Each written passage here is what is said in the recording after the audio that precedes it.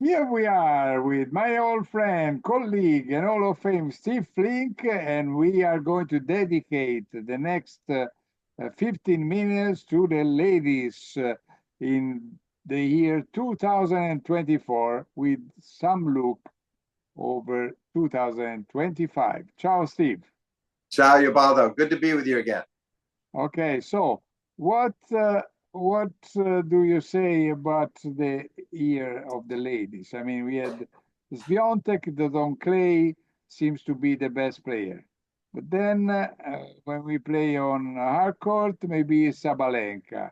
Then sometimes Rybakina does some upsets, and she won Wimbledon a few years ago, 2 years ago, and now there is also a very short and unexpected Italian player who had never been before better than number 42 or 44 in the world in uh, when she was 27 years old, and then suddenly she's number 4 in the world. What do you think? Well, you didn't even mention her name. Okay, I say it. You say it. Come on. I want to pronounce it like you. I need to hear you say it again. Okay, Jasmine Paolini.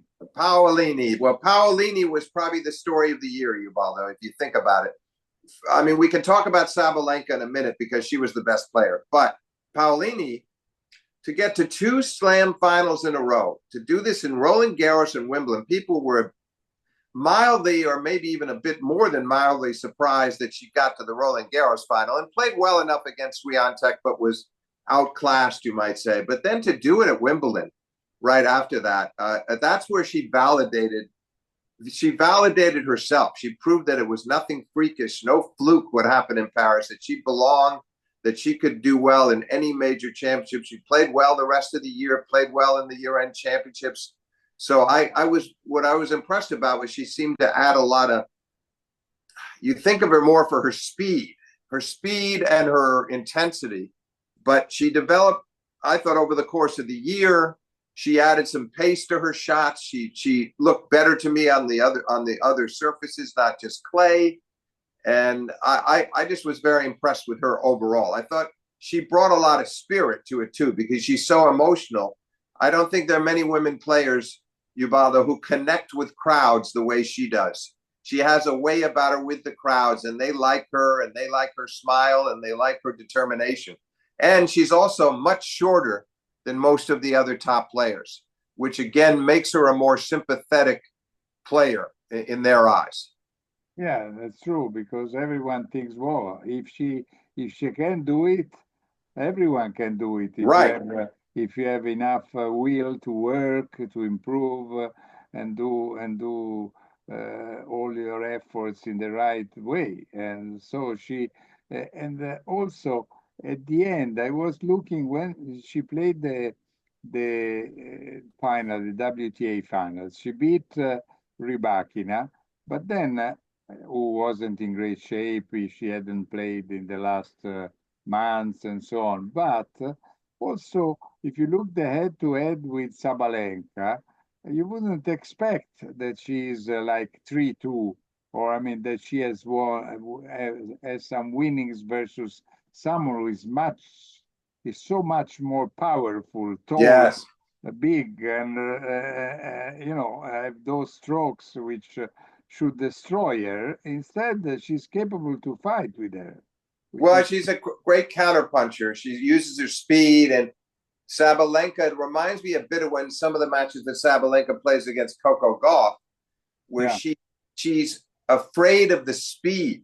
She's afraid they're going to run down her best shots and get one more ball back, and that she might make the error, and in a way that very few players can do against Sabalenka. But you're right. I mean, Paolini has the ability, I think, to compete against anyone. I don't know whether she can beat Swiatek on clay. That's maybe one of the toughest challenges for her. But aside from that, she can hold her own with anybody.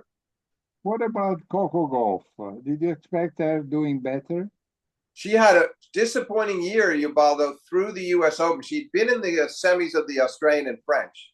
Started the year okay, and actually should have won the first set against Sabalenka in Australia. And if she'd won that set, she served for it at 6-5, got to 30 love, and lost that game and lost the set, lost the match. Then got beaten by Goff soundly in the French Open. Then the summer was bad for her. She didn't have a good summer, and then she parted ways with Brad Gilbert, who helped her to get the U.S. Open title a year ago. But then in the fall, she hired another coach, Matt Daly, and they had a lot of success, and she won one tournament, and then she goes to the year-end and wins the year-end event very impressively. So I'm feeling like she's getting back to the Coco of the summer of 2023, maybe even a bit better than that. And I'm encouraged that she will, when they go to Australia, she's going to be one of the top contenders for the title again. She's going to go in there with a lot of confidence. And her forehand looked better at the end of the year again, and settled down again on the serve. She was playing really. She reminded me a lot of the way she played in the summer of 2023 when she won a couple of titles prior to the U.S. Open, won the U.S. Open.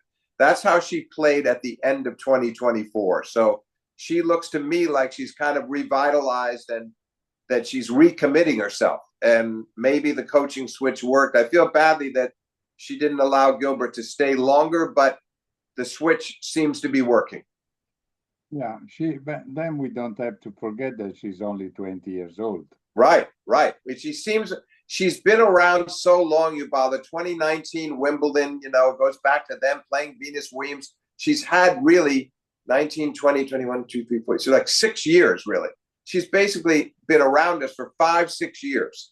And so you think of her as more like a 25-year-old. So you're right. We have to remind ourselves how old she really is. But she demands a lot of herself. She expects more great things. So she's not satisfied with that one U.S. Open. So I feel like she's going into 2025 feeling a lot better about herself than she did in the middle of the year when she lost to Navarro, for instance, her fellow American.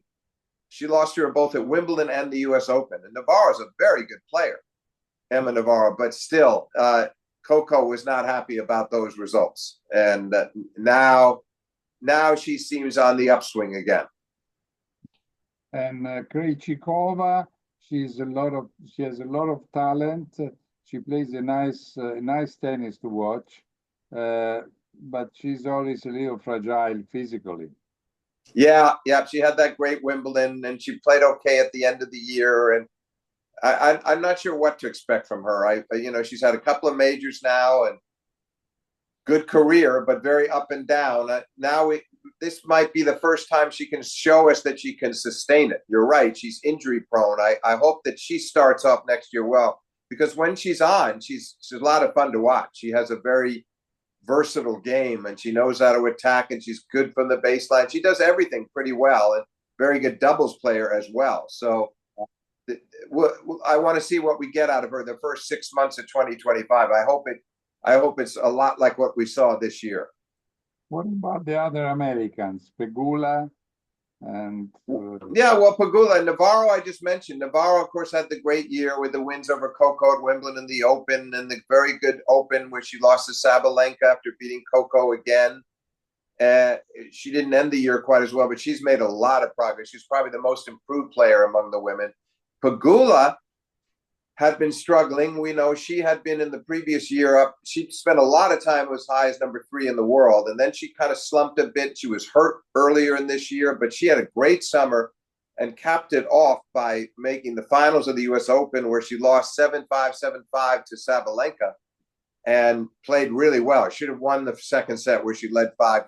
And I feel like Pegula is always going to be in the thick of things. I just don't know whether Pegula can win a major, Ubaldo. I think she can get to more finals, but it's going to be hard for her to win one of those.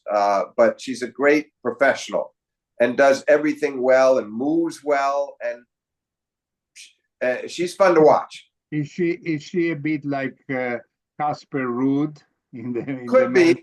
Yeah, I think she's a slightly better version because she's gotten a bit higher than he has by being, by getting to 3 but it is similar in the sense you're right. The comparison is so apt because he's been in the finals of the U.S. Open and the finals, the Cup, 2 French finals and 1 U.S. final, but you never felt like he was going to win one of those. Yeah. She may be that same, but I don't think she should be knocked for that.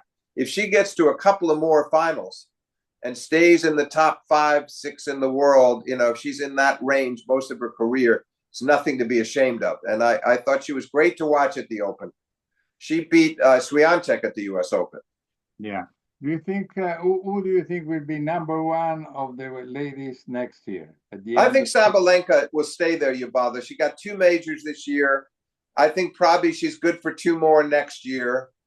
I got a feeling she's going to stay there because she'll always go deep into all the majors, and she's bound to win 1, I think 2, take some other titles. And even though Swiatek is better on clay, Sabalenka is still good on clay, very good on clay, but she's better than Swiatek on the other surfaces. And frankly, I think she's better than anybody else. So I'm anticipating that she'll stay at #1 in the world for a couple more years. And Swiatek will ever be good on grass? Boy, that's a great question, Ubaldo. She hasn't even been as good on hard courts as we would expect. Yeah. I'm surprised because I think she's good enough. I thought she was going to be by now accomplishing more on hard courts and grass. She hasn't done that well in Australia either, on the hard courts in Australia. And she did win 1 U.S. Open, but part of it will depend on her getting off to a good start next year. She missed a lot of time in the fall, and that was part of her suspension. She was out. She came back at the end, but she was not match tough. So she needs to start off next year well. And I hope I don't want us to be saying 5 years from now, Ubaldo, that she was a great clay court player. I'd hate for us to be saying that. I want to see her show that she can pull it off everywhere and win a Wimbledon and win an Australian Open and get another U.S. Open, because that's, for a while, that's where I thought we were headed with her. But this year she didn't show us much outside of clay. Outside of clay, she was very disappointing. Yeah. Do you see any young girl apart from I don't know, maybe the Russian 16 years, 17 years old girl who played also the finals in doubles at the Olympic Games? Andreeva? Andreeva, yeah, it could be her. Could be her. She improved a lot this year, but I don't see one that I'm convinced is going to be doing great things next year necessarily. It may take 2 years before we see somebody like that. I still think most of the people that were prominent this time around that had great years in 24 are going to replicate it next year. What about Paolini at the end of this our talk? Do you think she can repeat at least partially what she did this year, or because many people, even in Italy, they say, "Oh, she did so well last year that is quite difficult to confirm." I mean, it's hard to say, Ubaldo. Will she get back to 2 more Grand Slam finals? That's going to be hard to repeat that, but I still think she can have some great results. I still would think she's good for one of those finals and maybe winning some other titles on the WTA Tour and proving that she belongs in the top 10. That wouldn't surprise me at all. Whether to get to 2 Slam finals in a row is very difficult to do, or even 2 in a year.